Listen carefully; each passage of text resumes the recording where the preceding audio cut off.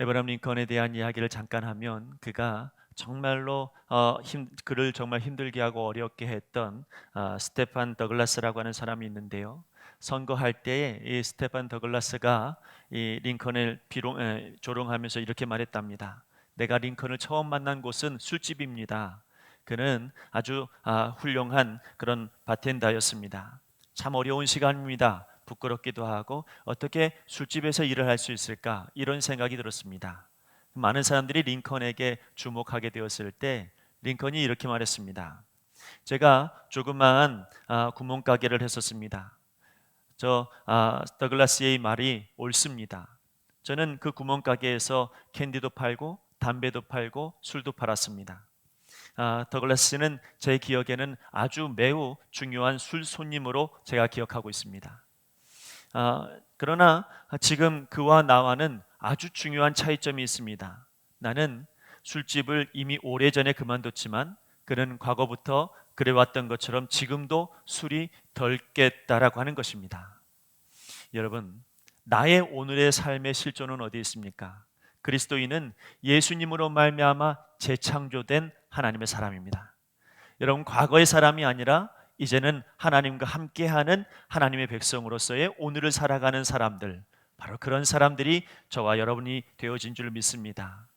오늘 여러분 성경의 내용은 아주 중요한 위치에 나오는 말씀입니다. 이 말씀 속에 우리가 들을 수 있는 말씀은 회개하고 돌이켜 너희 죄 없이 함을 받으라. 이와 같이 행하면 유쾌한 날이 주께로부터 있을 것이다. 죄 사함을 받으라. 이런 말씀입니다. 올 한 해 우리에게 주시는 말씀입니다.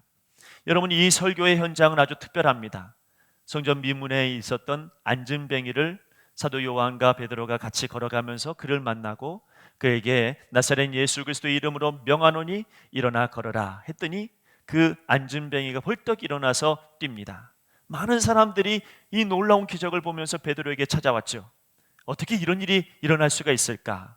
그런데 베드로가 그때 그 사람들을 모아놓고 이렇게 설교하는 겁니다. 죄사함을 받으라, 회개하라, 유쾌한 날이 오게 될 것이다. 이렇게 말씀하고 있습니다.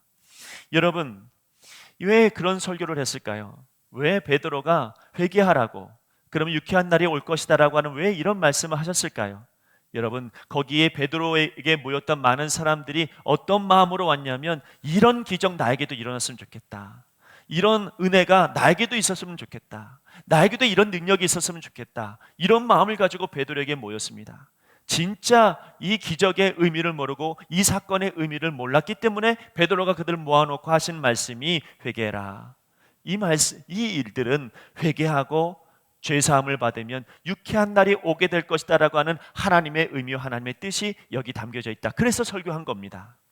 여러분, 예수님에게 다가와서 많은 사람들에게 기적을 베푸셨고 이적을 행하셨을 때 사람들이 그 표적을 따라서 예수님을 따라왔습니다. 그때 마태복음 12장 39절에 예수님이 그들에게 이렇게 말씀하셨죠. 악하고 음란한 세대가 표적을 구하나 선지자 요나의 표적밖에는 보일 표적이 없느니라. 사람들은 기적과 표적이 기이하고 놀라운 일들로만 보여지는 것, 그것이 주님의 뜻은 분명히 아닌데도 불구하고 사람들은 기적이 너무 놀랍습니다. 이 사건이 너무나도 대단합니다. 그래서 여러분, 주님께서는 그들에게 말씀하시는 겁니다. 표적을 쫓아오지 말고 여기에 숨은 의미가 있는데 바로 부활이다. 그걸 말씀해 주신 겁니다. 여러분, 작년에 보았던 놀라운 일들, 그것으로 우리가 실천해야 할 것은 부활을 믿고 회개하는 것입니다. 우리는 절망을 놓고 우는 사람이 아니라 부활을 믿고 울며 주님께로 나오는 사람이 되어야 합니다. 우리는 부활을 믿고 회복을 위해 나아가는 사람이 되어야 합니다. 부활을 믿는 사람은 회개해서 말씀이 충만하여 예배가 회복됩니다.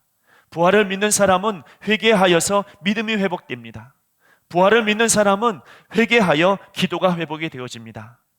여러분, 우리는 과거의 어제의 공부가 오늘 이 실천하면서 믿음으로 살아가려고 하는 하나님의 역사, 하나님의 뜻인 것을 기억해야 됩니다.